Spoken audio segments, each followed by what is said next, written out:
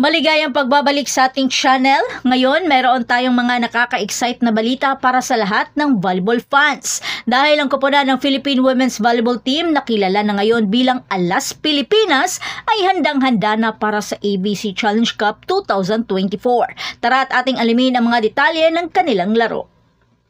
Pero bago pa man ang lahat, kung hindi ka pa nakapag-subscribe, please like and subscribe at pakispike na rin sa bell button para lagi kang updated sa mga volleyball ganap.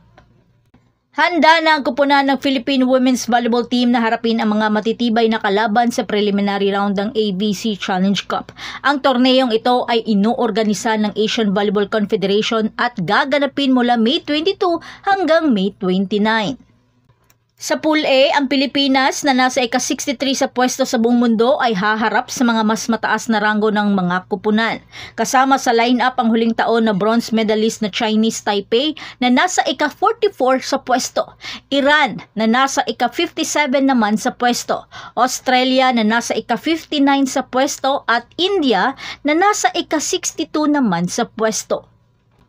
Mas matinding kompetisyon naman ang naghihintay sa Pool B dahil magtutunggalian ang huling taon na kampiyon na Vietnam, pangalawang pwesto ang Indonesia, Kazakhstan, Singapore at Hong Kong. Kaya talagang magiging matindi ang labanan dito. At ngayon, tingnan natin ang schedule ng mga laro ng Alas Pilipinas sa preliminary round. Sa ika-23 ng Mayo, Huwebes, alas 7 ng gabi, haharapin ng Alas Pilipinas ang Australia. Sa susunod na araw, ika-24 naman ng Mayo, Biyernes, alas 7 ng gabi, makakalaban nila ang India. Sa ika-25 ng Mayo, Sabado, alas 7 pa rin ng gabi, ang Alas Pilipinas kontra naman sa Iran. At sa huling araw, ika-26 ng Mayo sa araw ng Linggo, alas 7 naman ng gabi, haharapin nila ang Chinese Taipei.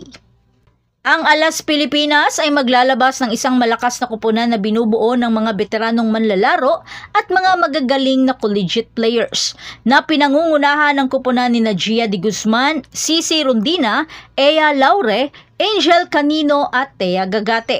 Kasama rin sa roster sina Don Macandili Katindig, Vanny Gandler, Faith Nesperos, Julia Coronel, Jen Yerba, Fifi Sharma at Cherry Nunag. At ang bagong makakasama nila na si Ara Panique para punan ang bakanting pwesto ni Cassie Dongalio. Ang koponan na magiging kampiyon sa torneo ay makakasiguro ng pwesto sa 2024 FIVB Volleyball Challenger Cup, kung saan maglalaban ang mga koponan para sa pwesto sa prestihiyosong Volleyball Nation League. Isang napakagandang oportunidad para sa Alas Pilipinas na magpakilala sa pandaigdigang entablado. Kaya't magtala na ng mga petsa sa inyong kalendaryo at ipakita ang inyong suporta sa Alas Pilipinas habang kinakatawa nila ang Pilipinas sa ABC Challenge Cup 2024. Lahat ng mga laro ay gaganapin sa Rizal Memorial Coliseum sa Manila, kaya magpalakpakan at magdasal tayo para sa mga nakakakaba at makapigil hiligang pagsungkit ng tagumpay. Alam ko namang magiging imposible dahil sa limitadong araw ng pag-iinsayo nila. Pero ano namat baka mapahirapan nila ang kalaban man lang, di ba?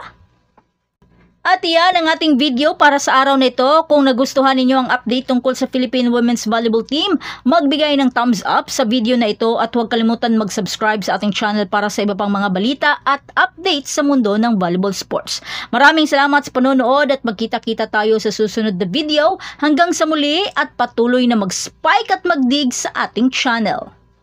Say hi, Cici. Hi. The head of the vlog. No, it's not vlog. Pilipinas, para sa bayan!